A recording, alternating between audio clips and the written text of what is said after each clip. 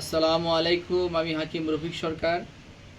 এই যে আমার গাছের ননি ফল, এই ননি ফলগুলি কিন্তু পেকে গেছে। অনেকে আমাকে প্রশ্ন করেছে ননি ফল কেমনে খাবো।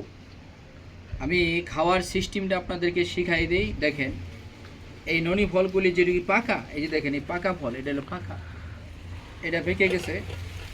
এই ফলটা পাকা, এটা কেমনে জুস বানায় খাইতে হয় এটাও পাকা। দেখেন, আমি আপনাদেরকে দেখাইতেছি কেমনে খাবে। এই ফলটা পাকা, এই দেখেন এই ফলটা পাকা, এটা কেমনে জুস বানায় খাবেন আমি শিখাই দিই। এটি পাইকে হারে নাই। এবার দেখেন, হাতটা ভালো করে ধুয়ে নেবেন, পরিষ্কার করে নেবেন। আলু যেমনি সিদ্ধ আলু ভর্তা করে ঠিক তেমনি ভর্তা করবেন। এই দেখেন, এর ভিতরে প্রচুর পরিমাণ বিসি আছে। দেখেন এই বিসি দানা দেখছেন, অনেক বিসি।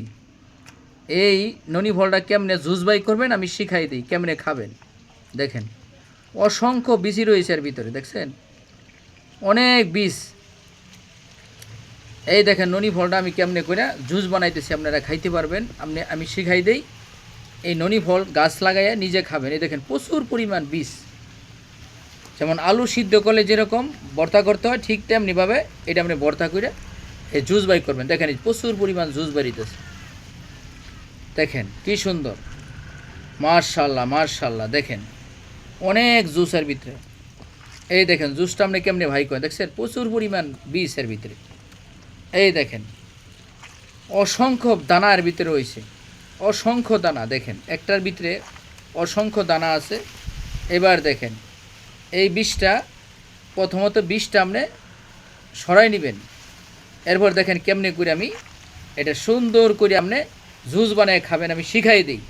অনেকে আমার কমেন্টে বলছেন এটা কেমনে খায়, অনেকে আমাকে বলেন এই বিষয়টা আমি আর একটু শিখাই দিবেন কেমনে খাইতে হয়। আমি দেখেন আমি আপনাদেরকে শিখাই দিই এটা কেমনে জুস বানিয়ে খাবেন।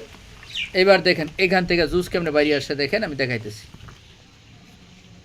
এরপরে এটাকে এরকম আলু ভর্তার মতো করে ভর্তা করে কিছু পানি দিবেন। দেখেন হালকা কিছু পানি দিয়ে নেবেন। এই দেখেন এবার জুস হয়ে গেল। দেখেন খুব সুন্দর একটা গ্যাস আছে, একটু হালকা মানে একটু গন্ধ গন্ধ লাগবে, তবে খাইতে খুব ভালো লাগবে। দেখেন পানি দিয়ে দিলেন। এরপরে এটা যদি আপনি চিনির সাথে খাইতে পারবেন, যদি ডায়াবেটিস না থাকে, সুগার না থাকে, তাহলে আপনি চিনি দিয়ে খাইতে পারবেন। আর যদি ডায়াবেটিস রুগী খান তাহলে চিনি দিয়ে খাইবেন না। এইবার দেখেন জুসটা আমি বানাই দিলাম। এবার দেখেন আর এখানে আর একটু পানি দিবেন, আপনি সমপরিমাণ পানি দিয়ে নেবেন। এখান থেকে বীজগুলি সরাই নেবেন। এই যে বীজগুলি দেখেন প্রচুর পরিমাণ বীজ আছে এর ভিতরে, বীজগুলি আমি সরাইলাম। দেখেন এই বীজগুলি সরাই নেবেন। এরপরে এইটা এরকম দেখেন, এই যে দেখেন কি সুন্দর করে জুসটা বানাই ফেলাইলাম। দেখেন এই জুসটা হয়ে গেল গা। এখন এই জুসটা কী করবেন, একটা ছাঁকনি নেবেন আর একটা পানির গ্লাস নিয়ে আপনি খাবেন। দেখেন জুসটা খাবেন, এবার এখানে পানিতে দেন।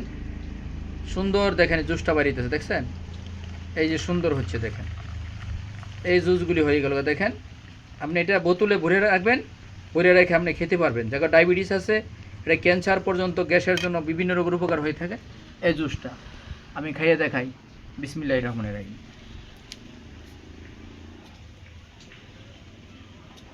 খুব ভালো লাগে খেতে, আলহামদুলিল্লাহ। আমি জুসটা মানে আমি শিখাই দিলাম। দেখেন অনেকে আমার প্রশ্ন করে এই ননি ফলটা কেমন করে জুস বানাবো, তাই আমি আপনাদেরকে দেখাই দিলাম।